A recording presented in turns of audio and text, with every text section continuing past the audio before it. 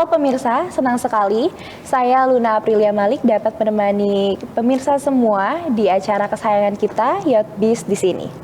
Kali ini program yang akan kami bahas, tema yang akan kami bahas sangat menarik, yaitu tentang lika-liku mahasiswa dalam membangun sebuah bisnis. Dan tidak hanya itu, kami juga menghadirkan narasumber yang sangat inspiratif, yaitu Kak Anastasia Mary Priscilla. Halo Kak Anastasia. Halo. Kak Anastasia Mary Priscilla ini adalah mahasiswa tingkat akhir di Universitas Gunadarma, Fakultas Ilmu Komunikasi.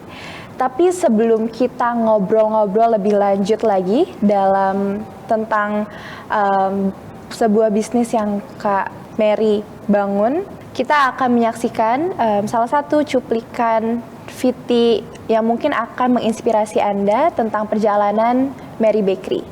Ini dia cuplikannya.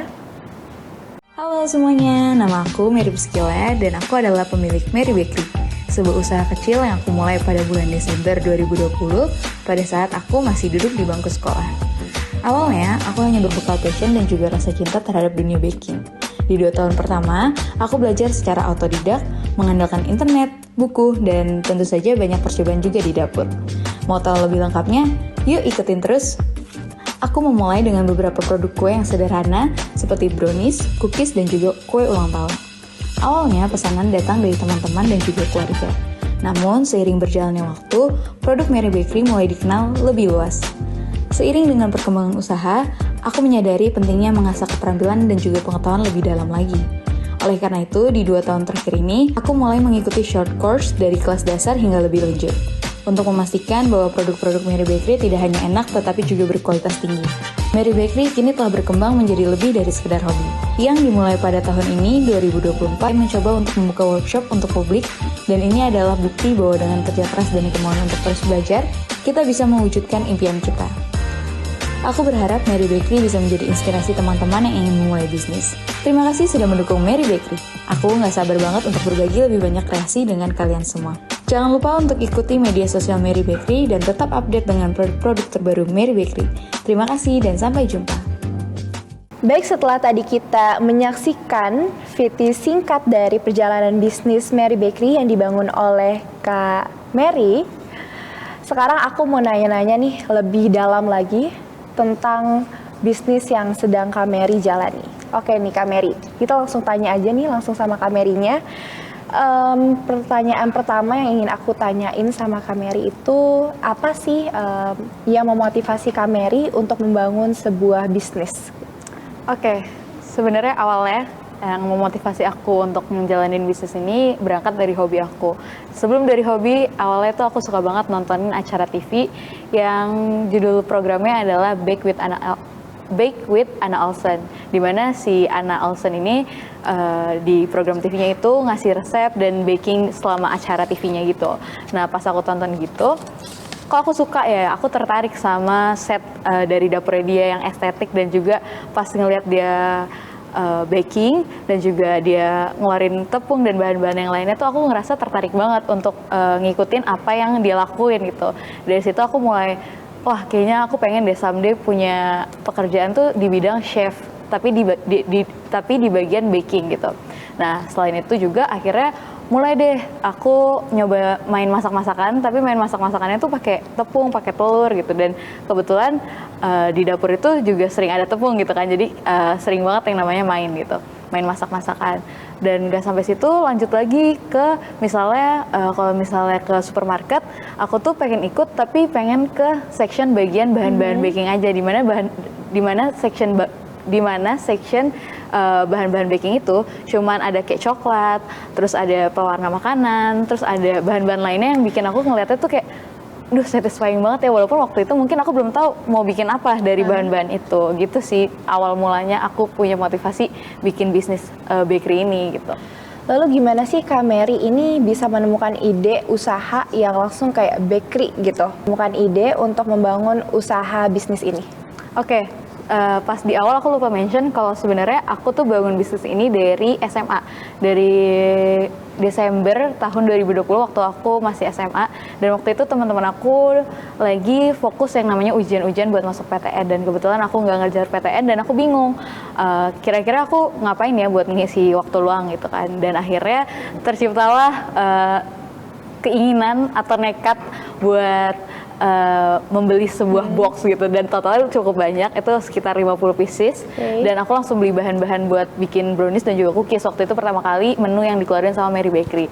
Nah dari situ aku kayak sebenarnya itu modal nekat aja, akhirnya terbentuklah itu. Dan kalau misalnya ide awalnya juga akhirnya dijadiin sebuah bisnis itu karena aku juga sering ngobrol sama papaku yang backgroundnya bisnis kebetulan, dan papa tuh suka bilang kayak kalau kamu hobi bikin kue ya coba aja di dalam tanda kutip dicuanin gitu kan. Apalagi waktu itu COVID tuh banyak banget bisnis bermunculan di TikTok, di IG, itu banyak banget bisnis-bisnis yang kayak konten-konten bisnis, jualan, entah jualan kue, entah jualan mochi kan gitu, dan lain sebagainya itu banyak banget, dan itu men-trigger aku untuk bikin bisnis ini gitu. Oke, berarti dari hobi Kak Mary bisa bangun ini menjadi sebuah bisnis yang benar-benar menguntungkan dong pastinya. Iya. Berarti lalu ada yang aku tahu nih, Kak Mary itu kan mahasiswa semester akhir ya.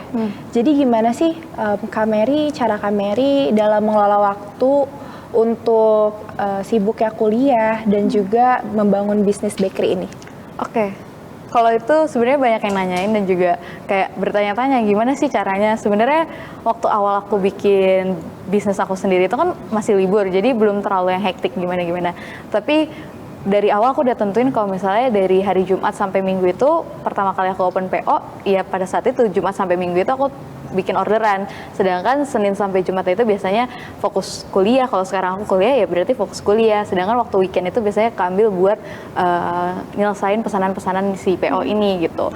Cuman seiring berjalannya waktu pasti ada kesibukan-kesibukan lain yang jadi prioritas, dan kadang aku juga nggak terlalu fokus sama bisnis aku gitu. Oke, lalu apa yang bikin Kak Mary tertarik sama dunia bisnis selain tadi background papahnya juga dari bisnis? Ada nggak sih hal lain yang bikin Kak Mary tertarik gitu? Oke, ini menarik banget karena aku suka banget dulu, kalau kamu tahu ada yang namanya Sonia Basil, dia itu baker dari TikTok. Jadi TikToker yang bikin konten tentang baking dan juga jualan kue.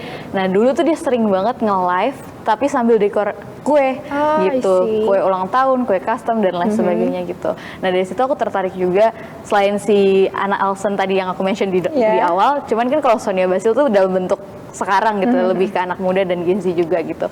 Dan selain itu juga ada Eva Alicia yang emang bergerak di bidang bisnis tapi di perhiasan kayak gitu. Selain itu dia juga seorang pelukis dan juga content creator yang menariknya adalah aku jadi sering berinteraksi dan jadi punya relasi sama Eva Alicia-nya langsung untuk bangun bisnis gitu. Aku belajar banyak banget dari orang-orang kayak Sonia Basil dan juga Eva Alicia selain papaku sendiri gitu. Oke, sangat-sangat inspiratif sekali ya pemirsa cerita yang tadi Kak Mary sudah jelaskan mengenai sedikit tentang bisnisnya. Tapi tenang saja, pembicaraan kita dan pertanyaan aku nggak cuma sampai situ aja. Di segmen berikutnya kita akan mengupas lebih dalam lagi tentang apa sih tantangan-tantangan yang Kak Mary sudah hadapi, lika-liku yang sudah Kak Mary lewati dalam membangun bisnis ini sambil kuliah di semester akhir. Jadi jangan kemana-mana, tetap di Youth Biz, panggung bisnis generasi muda.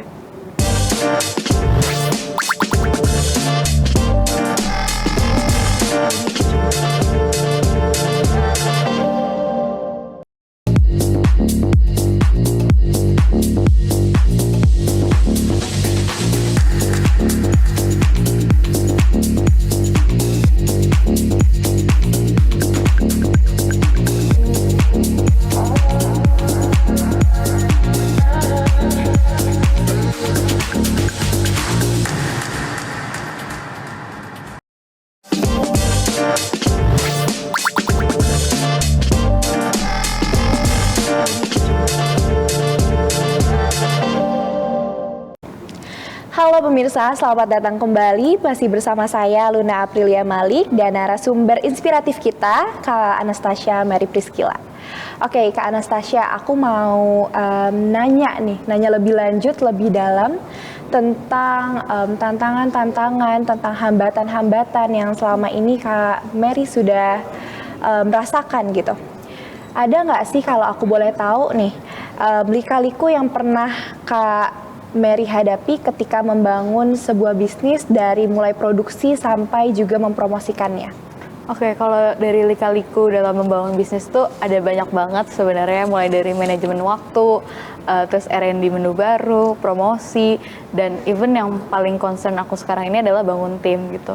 Kalau misalnya dari manajemen waktu sendiri, kayak misalnya terima PO ataupun ready stock itu ternyata cukup memakan waktu untuk proses pesanannya.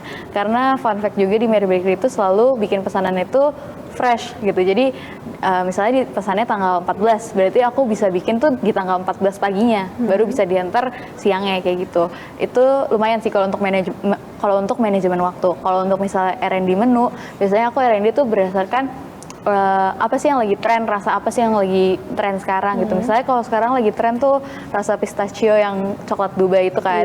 Nah itu butuh R&D menu dan memakan waktu yang cukup lama juga. Terus kalau misalnya untuk promosi itu juga banyak banget sih sebenarnya toolsnya. Cuman yang paling menjadi lika-likuku adalah bangun tim gitu.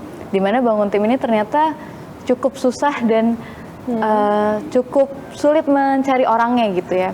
Karena beberapa teman dekat aku sering bilang kayak kok keren banget bisa handle semuanya gitu. Jadi admin kalau misalnya dilihat di konten-konten di Instagram atau di TikTok gitu, biasa ada kan konten di mana kamu jadi adminnya, kamu jadi bakernya, kamu jadi tukang packing dan lain sebagainya gitu. Orang-orang kadang ngeliat itu keren, padahal sebenarnya ternyata bisnis yang bagus atau bisnis yang sehat itu adalah bisnis yang punya sebuah tim, dimana kalau kamu ownernya ya kamu tinggal mantau aja. Tapi mungkin kamu sebagai owner juga harus turun ke lapangan untuk cek gitu kan, apakah sudah berjalan dengan baik atau belum, kayak gitu sih. Oke, pembahasan yang sangat menarik ya Kak Mary. Karena banyaknya lika-liku yang Kak Mary sudah jalani dalam membangun sebuah bisnis ini, pasti ada dong support system di belakangnya gitu kan. Lalu apa sih dukungan khusus atau dukungan yang Kak Mary butuhkan kayak dari pasangan, teman, dan juga keluarga di belakang layar gitu? Oke, kalau dukungan dalam membangun bisnis ini penting banget karena aku bangun ini dari umur berapa ya? SMA kelas 3 kan. Dari tahun 2020, bulan Desember aku ingat banget. Dan sampai sekarang itu lika-likunya banyak banget kayak yang tadi aku sempat mention di pertanyaan pertama. Jadi sebenarnya kalau dukungan itu aku butuh banget support system yang sekedar menyemangati aku ketika aku lagi punya banyak orderan ataupun lagi sepi orderan gitu. Karena mental kita tuh benar-benar diuji ketika banyak orderan ataupun sepi orderan gitu kan. Sesimpel kayak misalnya mereka kasih semangat atau mereka bantuin promosi, itu benar-benar means a lot buat aku. Dan hal yang paling membuat aku kayak oh mereka nih support system aku adalah kadang mereka nemenin aku bikin orderan sampai pagi. Kadang juga mereka bantu bersihin buat alat-alat yang aku pakai. Sedangkan aku ya memang sudah capek gitu ya buat bikin pesanan, promosi dan lain sebagainya. Dan mereka masih mau siap sedia untuk bantuin aku dari hal sekecil membersihkan alat-alatku gitu kan. Biasanya itu hal paling mager lah buat baker untuk bersih-bersih alat gitu. Pas bikin pesanan atau pas jualan itu mungkin oke lah gitu. Tapi kalau pas bersih-bersih itu kayak rasanya udah habis gitu tenaganya. Tapi mereka siap bantu itu, dan itu benar-benar aku bersyukur banget sih punya support system, mulai dari keluarga yang selalu ada, terus teman-teman yang bantu promosi juga, termasuk juga pasangan aku yang selalu siap sedia bantuin aku dari pagi ke pagi juga waktu pas ada orderan kayak gitu. Jadi dalam hal sekecil itu pun kita sebenarnya butuh dukungan dari orang-orang yang ada di orang-orang terdekat kita gitulah ya, orang-orang yang suportif, yang support kita dalam hal apapun, dalam keadaan apapun. Oke. Jadi lalu juga ada pengalaman apa aja sih yang Kak Mary ini cuman dapetin saat Kak Mary bangun bisnis Mary Bakery ini? Pengalaman yang seperti apa nih maunya? Pengalaman yang unik lah atau yang menarik lah, yang paling unik menarik. Dan yang menarik. Kalau misalnya pengalaman paling unik dan paling menarik itu, jadi kan aku awalnya tuh cuman bikin brownies sama cookies. Cuman seiring berjalannya waktu, masa iya sih mau jualan brownies atau cookies doang gitu kan. Jadi harus terus berkembang dan berinovasi. Contohnya misalnya kayak waktu itu ada hari raya Chinese New Year. Dimana orang-orang tuh pada bikin kayak mooncake atau hampers-hampers lainnya, sedangkan kalau mooncake itu butuh bahan-bahan yang lebih mahal dan kayaknya aku belum bisa deh sampai ke situ. Dan akhirnya aku coba pikir apa yang kira-kira bisa menyeimbangi kurang lebih gitu. Dan akhirnya aku bikin kue nastar waktu itu. Dimana kue nastar itu aku bikin benar-benar full, semuanya handmade, apalagi dari selainya juga gitu. Nah, untuk selainya sendiri tuh memakan waktu kurang lebih setengah hari dari pagi sampai ya sore ke malam gitu. Itu untuk bikin selainya sendiri, belum termasuk ngebulet-buletinnya, nimbangin nastarnya satu-satu, masukin selainya satu-satu, dan itu kebetulan puji Tuhan juga banyak banget orderannya gitu. Sampai akhirnya adik aku bantuin buletin, yang aku bantuin, bahkan pasangan aku juga ikut nemenin, ikut bantuin packing dan lain sebagainya gitu. Itu lumayan menarik sih buat aku karena pertama kali launching hampers yang ada isi nastarnya dan puji Tuhannya gitu. Juga rame gitu. Di situ sih yang kayak menarik banget gitu. Tapi ternyata nggak semudah itu ya dalam memproduksi sebuah produk gitu. Banyak banget dalam kayak hal kecil untuk bikin selainya aja sampai hampir setengah hari gitu kan ya. Oke, baru tahu loh aku dari Kak Mary ini. Lalu ini nggak sih Kak Mary, karena bisa dibilang Kak Mary menjalankan aktivitas yang berulang kan. Kak Mary pernah jenuh nggak sih selama ini? Kayak sesekali jenuh sama aktivitas Kak Mary gitu, pernah nggak? Jenuh lumayan sering, lumayan ada banget gitu. Kayak misalnya baru-baru ini kan aku udah mau masukin semester 7 gitu. Dimana pas semester 6 dan semester 5, khususnya semester 5 tuh aku ada ngambil program Merdeka.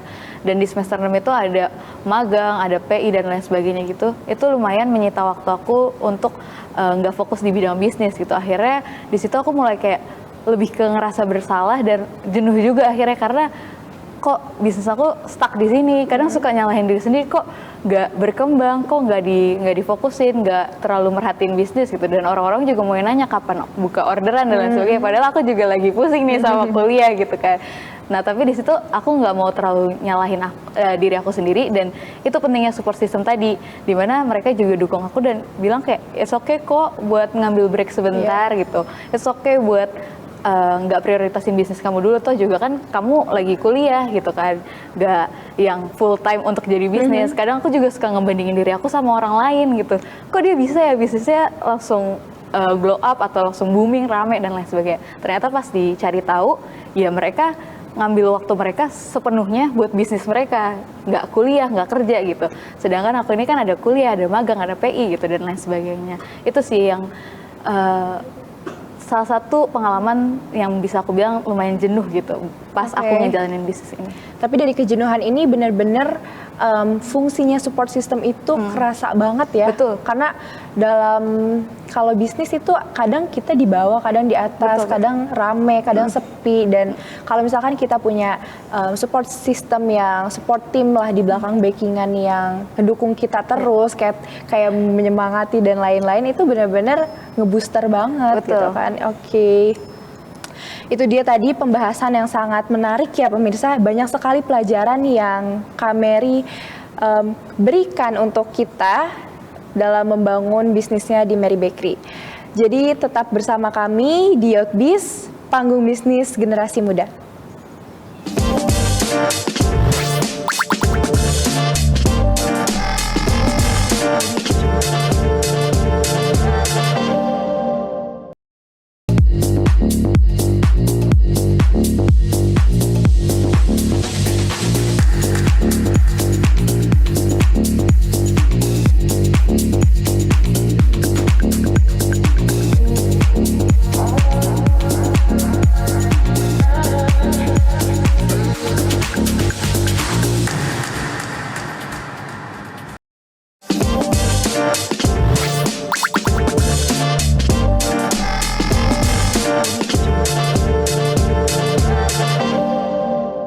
Ya, selamat datang kembali pemirsa di program kesayangan kita, masih di Youth Biz di sini, masih bersama saya juga Luna Aprilia Malik, dan narasumber inspiratif kita masih dengan Kak Mary Priscilla.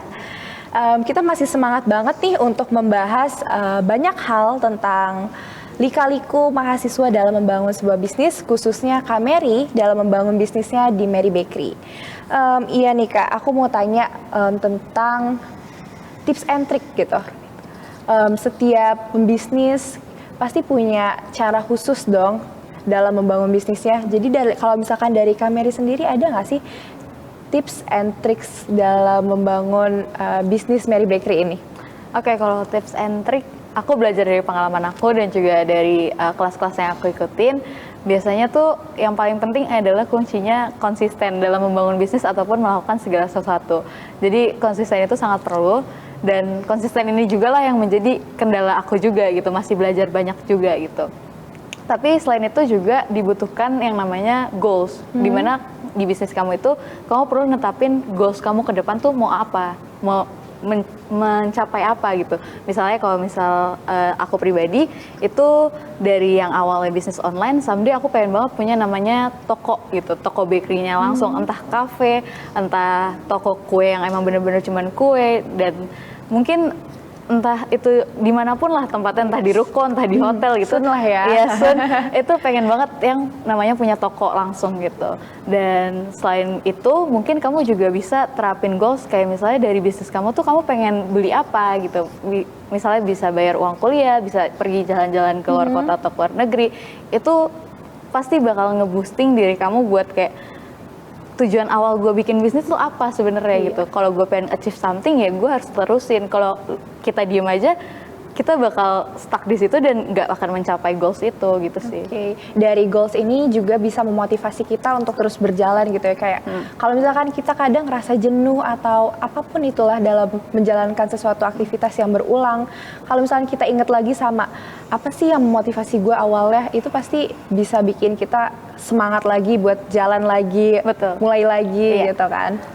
Oke, lalu ini tentang trust, kepercayaan pelanggan, lalu juga target marketing. Gimana cara Kak Mary menghadapi itu semua? Oke, kalau mungkin aku mulai dari target marketing dulu ya. Flashback sedikit mengenai bisnis aku yang dibangun dari tahun 2020. Waktu itu kan aku duduk di bangku SMA gitu ya. Jadi pasti target marketingnya berbeda sama sekarang. Kalau dulu aku jual cookiesku pertama kali itu sekitar 10.000 sampai 12.000, mungkin sekarang cookies aku udah di angka 23.000 sampai 25.000, atau bahkan orang lain ada yang 30.000 gitu. Itu baik lagi ke lingkungan dan target marketing kita. Kalau waktu aku SMA, target marketingku adalah anak-anak sekolahan, dan nggak mungkin aku jual cookies harga 23.000 gitu kan, kecuali mungkin aku sekolahku di Jakarta internasional atau gimana gitu kan. Kita pasti bisa lihat kebiasaan teman-teman kita jajannya tuh di range berapa gitu kan.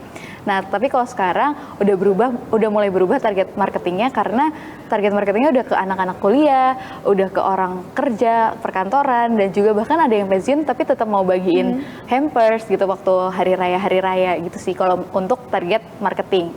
Tapi kalau untuk trust, itu yang aku pelajarin adalah penting banget yang namanya honest review, dimana ini review yang cukup organik. Untuk sebuah bisnis itu penting banget yang namanya organic review, dimana ini tuh review dari pelanggan yang secara jujur, secara honest mereview makanan kita. Itu gak mudah didapatkan, karena itu bener-bener customer kita yang menilai. Kita nggak bisa suruh dia untuk bilang, oh makanan kamu enak, padahal kita suruh. Itu juga pasti ketahuan kalau dia tuh ternyata bohong dan disuruh gitu. Kecuali endorsement. Kalau endorsement itu kan memang kita tujuannya bayar orang tersebut untuk dapetin yang namanya brand awareness, dan ternyata endorsement itu bukan untuk naikin sales, dan ternyata itu endorsement itu untuk brand awareness, dimana sebenarnya kalau misalnya kita ngelakuin endorse itu, kita bayar orang itu untuk ngenalin produk kita, bukan suruh orang itu beli. Mungkin ada beberapa orang yang bisa naikin sales kita, tapi untuk zaman sekarang aku bisa bilang hanya sedikit orang yang bisa naikin sales sebuah bisnis gitu, kecuali memang influencernya mereview secara natural kayak guys ini nggak di endorse gitu, misalnya kayak gitu. Itu baru yang benar-benar naikin sales gitu kan. Kadang kalau udah mulai promosi itu orang udah suka males gitu buat nonton sampai akhir gitu. Betul banget. Wah, nggak kerasa ya, kita sudah di penghujung acara di hari ini. Terima kasih banyak untuk teman-teman semua yang sudah menyaksikan Youth Biz yang bertemakan lika-liku mahasiswa dalam membangun sebuah usaha. Jadi untuk kalian semua, teman-teman yang ingin membangun usaha atau baru mau mulai usaha, jangan menyerah, tetaplah semangat dan juga konsisten dalam menjalankan setiap langkah kecil yang teman-teman lakukan di setiap harinya. Saya Luna Aprilia Malik dan kru yang bertugas hari ini pamit undur diri, sampai jumpa.